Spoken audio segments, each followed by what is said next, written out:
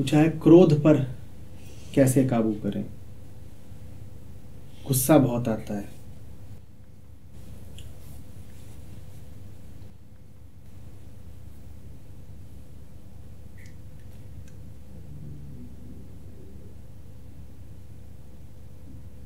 गुस्सा इच्छा के न पूरा होने पर आता है, और कोई कारण होता नहीं।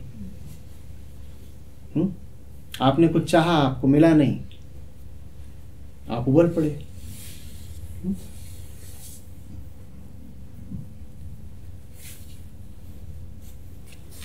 जीवन इच्छाओं से जितना संचालित होगा उतनी संभावना होगी ना कि इच्छा पूरी नहीं हो रही है। 50 इच्छाएं करोगे तो पक्की बात है कि उसमें से 30 तो नहीं ही पूरी होनी है,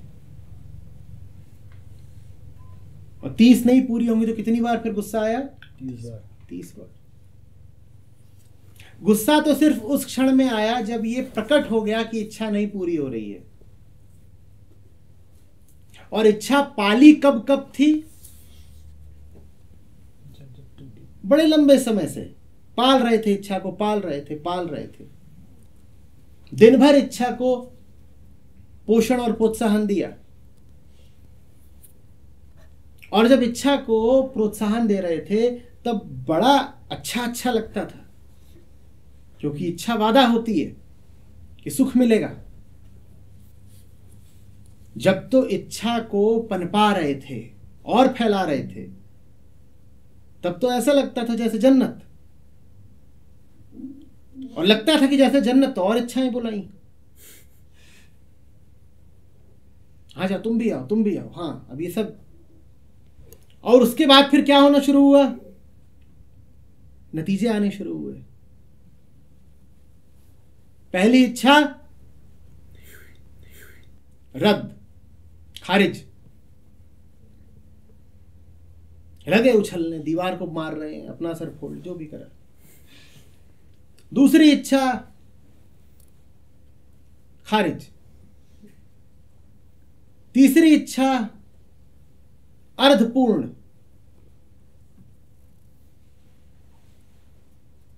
चौथी, अब आप सोच रहे हो ये भी जाएगी, ये भी होगी नहीं पूरी। चौथी पूरी हो गई संयोगवश। अब पूरी होते ही आपका क्या हुआ? दो बातें। पहला, ये पूरी हो सकती है तो और भी बहुत सारी पूरी हो सकती हैं, बुलाओ रे सबको बुलाओ। दूसरा, ये पूरी होके भी पूरी नहीं हुई, अभी भी कुछ बच सा गया है, तो बुलाओ रे और बुलाओ।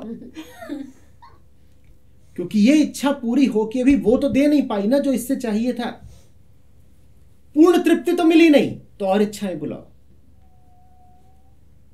तो 3 इच्छाएं जो पूरी नहीं हुई उनसे तो क्रोध आया।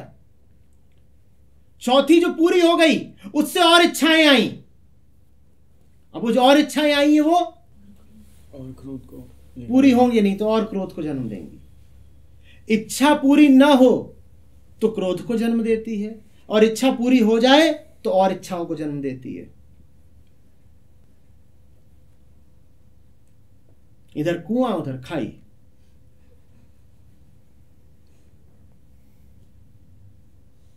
अब गए फंस। बताओ तुम्हारी इच्छाएं पूरी हो कि ना हो? पूरी हुई तो भी फंसे, नहीं पूरी हुई तो भी फंसे। तो समाधान फिर सिर्फ एक है, क्या? देख लो कि इच्छा का अर्थ क्या है। दबाओ नहीं इच्छा को, समझ लो, उसकी पोल खोल दो, उसकी हकीकत जाहिर कर दो कि ये बात है, ये जो इच्छा ऐसे आ रही है ये है खेल सारा। अब उससे मिलेगी आजादी। क्रोध लक्षण है। क्रोध तुम्हें बताता है कि तुम इच्छाओं के गुलाम हो। क्रोध तुम्हें बताता है कि विवेक नहीं है तुम में, तुम किसी भी चीज को अपनी चाहत बना लेते हो।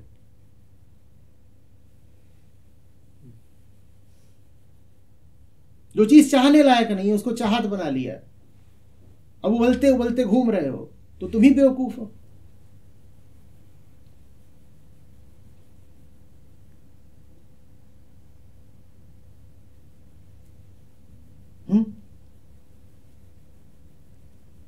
एक है उबले लाल, एक है जले लाल। दोनों ने काम एक ही हुआ है। गए थे आग पर बैठ गए थे, एक उबले एक जले। कोई रोस्ट घूम रहा है, कोई फ्राई घूम रहा है।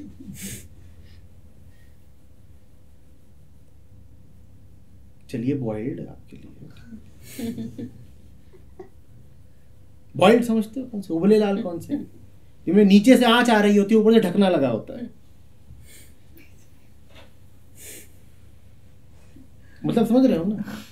स्थिति अपने आप को ऐसी दी है कि कामनाओं को उत्तेजना मिलती जा रही है और उनकी पूर्ति का साधन नहीं है।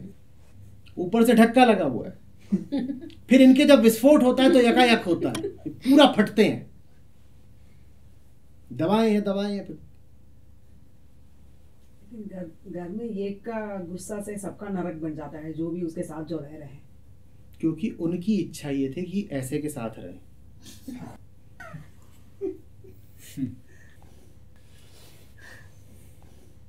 जो नरक का ही दूत हो, एजेंट हो, उसके साथ रह रहे हो और उसमें सुधार भी नहीं ला रहे, तो इसका अर्थ है कि तुम खुद भी नरक को ही चुन रहे हो। ऐसे के साथ अगर हो तो तुम्हारा धर्म है कि लग करके उसकी शुद्धि का यत्न करो। उसकी अगर सफाई नहीं होगी तो तुम्हारी गंदगी हो जाएगी। घर में एक बीमार है, उसे संक्रामक बीमारी है, या तो उसको ठीक कर दो या बाकी सबको बीमार होने दो।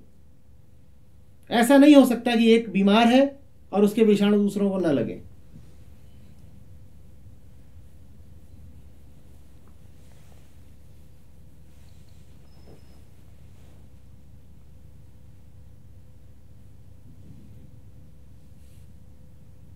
ये सब कह के मत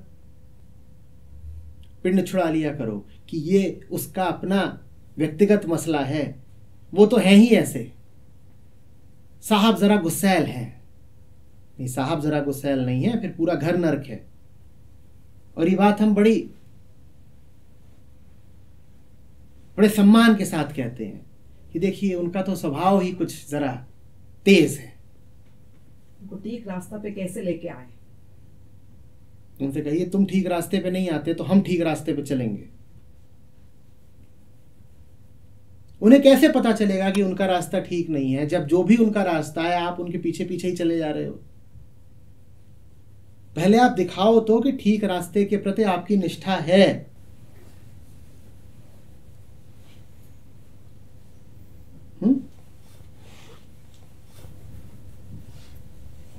और ऐसा नहीं होता है कि घर में एक व्यक्ति के मन की स्थिति बाकियों के मन की स्थिति से बिल्कुल भिन्न हो। अगर एक आदमी ऐसा है कि जो क्रोध और कामना में बिल्कुल लिपटा हुआ है, तो घर का माहौल ही ऐसा होगा जिसमें क्रोध और कामना खूब है। वो पूरा माहौल ही बदलना पड़ेगा। उस माहौल से किसी एक पर ज्यादा असर हो गया है, किसी पर कम असर हुआ है, लेकिन माहौल है तो ऐसा ही सबके लिए। वो पूरा माहौल ही बदल डालिए।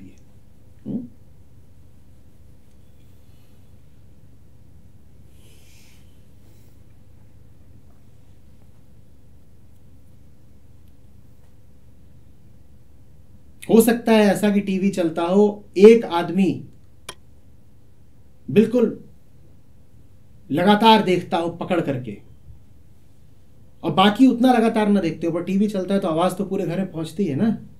या ऐसा है कि बाकी लोग अप्रभावित रह जाएंगे। माँ बाप लड़ते हो तो ठीक है, लड़ने वाले जन दो ही हैं, पर असर बाकी के 5-7 जनों पे पड़ेगा कि नहीं? चाचा चाची, दादा दादी, बच्चे जो भी हैं घर में, पूरा माहौल ही बदलना पड़ेगा।